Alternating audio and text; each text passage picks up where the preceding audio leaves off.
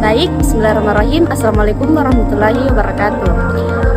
Nama saya Nurleni Asrawati dengan NIM 30 112 10. Kelas AP1. Dalam video ini saya akan mewawancarai 5 orang, salah satunya dari dosen, yaitu dosen dari Fakultas Usuluddin Filsafat. Di sini saya akan mewawancarai tentang teologi lingkungan hidup. Baik, di sini saya akan mewawancarai salah satu dosen dari Usuluddin, yaitu Ustaz Tajuddin, di mana saya akan bertanya tentang teologi lingkungan. Dalam pandangan Ustaz, bagaimana ini peran manusia sebagai khalifah berkaitan dengan tanggung jawab ekologi? Tanggung jawab ekologi. Ini coba kita misalnya saya analogikan ya, misalnya kita itu diangkat menjadi presiden atau dipilih menjadi presiden, harus amanah atau tidak? Amanah. Nah, ini langsung Tuhan memilih kita sebagai khalifah. Harus amanah atau tidak? Harus amanah atau tidak? Ini padahal dulu di dalam Al-Quran itu kan diskusi sangat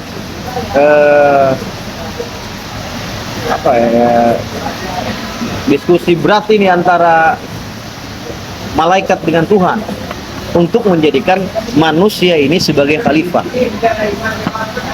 Wa qala rabbuka lil malaikati inni ja'ilun fil ardi khalifah qalu ataj'alu fiha may yufsidu fiha wa yasfiku dima wa nahnu nusabbihu bihamdika wa nuqaddisu lak qala inni a'lamu ma la ta'lamun. Tapi padahal malaikat itu tidak mau manusia ini jadi khalifah. Tetapi Allah mengambil keputusan manusia yang menjadi khalifah. Aku lebih tahu daripada kalian. Makanya ketika kita dipilih sebagai khalifah, nah seharusnya kitalah yang lebih utama ya, merawat alam ini, merawat alam. Banyak manusia yang tidak paham atau pura-pura tidak paham dengan ayat itu, sehingga mereka merusak, bahkan membuang sampah di mana-mana. Di kelas banyak es, permen, gitu. Iya. Bahkan ada rokok, merokok di mana-mana. Itu kan pencemaran alam nih. Ini ada orang ngerokok itu di tempat orang banyak, dia ngerokok, nah itu kan sudah pencemaran alam. Kalau di tempatnya, nah itu tidak ada masalah. Tapi kalau di tempat halayak orang banyak, nah itu kan namanya pencemaran. Itu dia tidak sadar bahwa dia sudah diangkat menjadi khalifah, khalifatun fil ardh. Khalifah itu perpanjangan tangan Tuhan, bukan Tuhan punya tangan ya. Ini namanya majaz. Bahwasanya kita itu adalah diperintahkan Allah untuk merawat alam.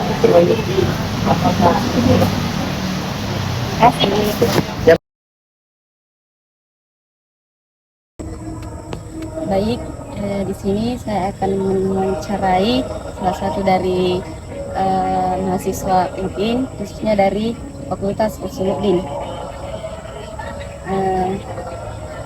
Saya akan bertanya, yaitu apa saja saran Tak untuk menghadapi krisis ekologi berbasis pendekatan lingkungan? Ketika kita ingin menghadapi krisis ekologi di masa sekarang, di mana kita menarik salah satu pendekatan dari guru kita, Aristoteles dengan etika keutamannya yang dikenal sekarang sebagai arete, etika keutamaan. Dia mengajukan salah satu saran untuk sebagai salah satu pendekatan kita menjaga lingkungan, di mana dia membahas tentang keutamaan. Nah, keutamaan yang dimaksud di sini, ketika kita menggunakan alam, kita harus membaca keutamaan alam itu dan apa yang kita butuhkan dari alam itu. Seperti halnya kita ingin mengkonsumsi makanan, sebenarnya alam sudah melengkapi fasilitas untuk kita yang bisa kita konsumsi. Nah, keutamaan yang kita dapat yaitu makanan. Tetapi ketika kita ingin memakan semuanya, kita harus berpikir apa yang saya ingin torehkan atau apa yang saya ingin berikan kepada alam sehingga dia masih memberikan saya makanan, fasilitas makanan. Misalkan kita ingin mengonsumsi udara yang sehat, kita harus memfasilitasi alam itu sendiri. Seperti halnya ketika kita berada di lingkungan ramai perkotaan yang tidak lain atau tidak memiliki pepohonan sama sekali, setidaknya kita menanam tanaman di depan rumah kah atau di manakah. Kalau tidak bisa menanam pohon yang besar, setidaknya kita menanam yang yang menghasilkan, seperti misalkannya lombok yang bisa ditanam di pot-pot, bawang, tanaman kecil yang bisa kita toreh hasilnya. Pendekatan selanjutnya itu ketika kita menarik dari segi agama, di mana agama itu melarang kita untuk berlebih-lebihan. Kita menarik kesimpulan bahwasannya alam memang memberikan kita semua yang kita miliki, semua yang kita butuhkan. Tetapi kita tidak boleh mengambil sama mau kita. Artinya kita batasi diri kita untuk mengonsumsi alam. Ketika kita merasa kita telah tercukupi, okelah kita stop mengonsumsi alam. Nah, selanjutnya ada dalam agama yang mengatakan manusia itu sebagai khalifah di bumi. Khalifah yang dimaksud di sini bukan dalam artian semena-mena dia sebagai raja, bukan, tetapi dia sebagai pelindung. Yang dimaksud khalifah, di mana dia yang mengatur, artinya dia menggantikan Tuhan dalam dunia ini untuk mengatur kehidupan. Itu yang perlu kita pahami terlebih dahulu. Mungkin ada yang mau ditanyakan lebih rincinya. Baik, di sini saya akan mewawancarai senior saya di AFI, yaitu siapa? Nama saya Muhammad Purnaisa, angkatan 2018 di Akidah dan Filsafat Islam. Baik, di sini akan bertanya, apakah kakak ini melihat kerusakan lingkungan sebagai bentuk dosa atau pelanggaran moral dalam perspektif keagamaan? Baik, terkait dengan pertanyaan itu, saya ingin berangkat dalam sebuah dasar daripada manusia diciptakan, yaitu sebagai khalifah, seperti yang tertera dalam surah Al-Baqarah ayat 30. Di situ dijelaskan bahwa manusia hadir sebagai khalifah untuk menjaga dan sebagai pemimpin di muka bumi.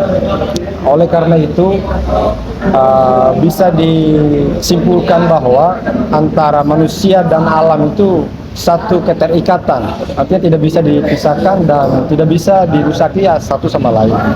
Ketika kita melakukan pengerusakan terhadap alam, itu bentuk daripada pengkhianatan terhadap proses penciptaan manusia sebagai khalifah di muka bumi. Artinya manusia ini bertugas untuk menjaga dan merawat lingkungan. Ketika kita melakukan pengerusakan, itu bentuk daripada pengkhianatan terhadap tugas kita sebagai khalifah dan perbuatan dosa kita terhadap alam semesta, dan bentuk daripada pengkhianatan kita terhadap Tuhan, seperti itu. Terima kasih, Kak. Baik, di sini saya akan mewawancarai narasumber keempat atas nama Pandi. Di sini saya akan bertanya tentang teologi lingkungan. Menurut Anda, apakah kontribusi teologi lingkungan terhadap gerakan lingkungan hidup di global ini? Baik, sedikit yang saya ketahui tentang teologi lingkungan dengan kontribusinya. Kita ketahui bahwasanya teologi adalah Tuhan, mempelajari Tuhan, agama, dan sebagainya. Sedangkan lingkungan adalah ciptaan dari Tuhan itu sendiri. Jadi menurut filsuf Spinoza, dia mengatakan bahwasanya alam adalah Tuhan itu sendiri. Jadi seharusnya kita menjaga lingkungan kita sebagaimana kita telah diciptakan oleh Tuhan. Lingkungan juga diciptakan oleh Tuhan. Jadi kita perlu yaitu menjaga lingkungan kita. Kalau kontribusi dalam lingkungan itu, kita harus yang namanya melestarikan lingkungan itu sendiri, bukan merusak lingkungan.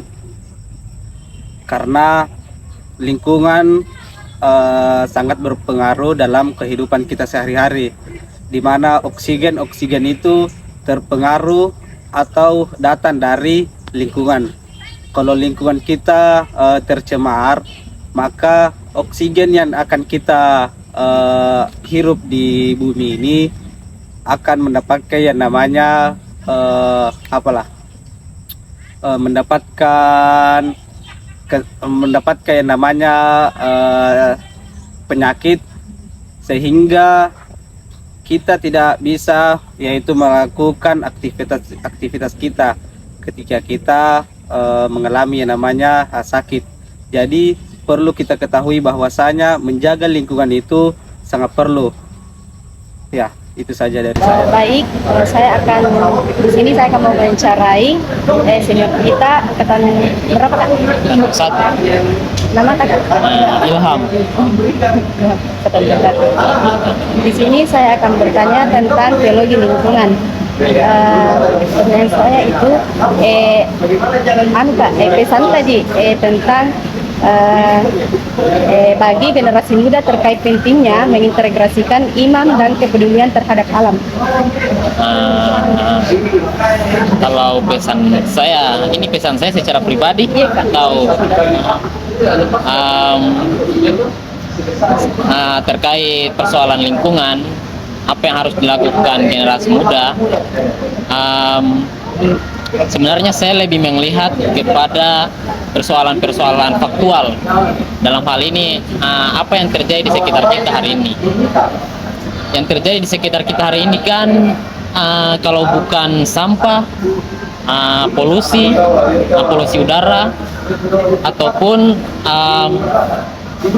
apalagi misalnya banyak sekali puntung-puntung rokok, atau kalau perempuan mungkin botol-botol make up atau lain sebagainya. Nah, hal-hal seperti itu sebenarnya yang mesti harus diperhatikan oleh generasi muda. Paling tidak mereka itu membuang sampah pada tempatnya, atau jangan mencemarkan lingkungan yang telah terekosistem di situ, telah terjaga. Misalnya ada sungai misalnya. Generasi muda itu harus terus menjaga kebersihan, tidak membuang sampah sembarangan, dan juga turut ikut serta dalam hal-hal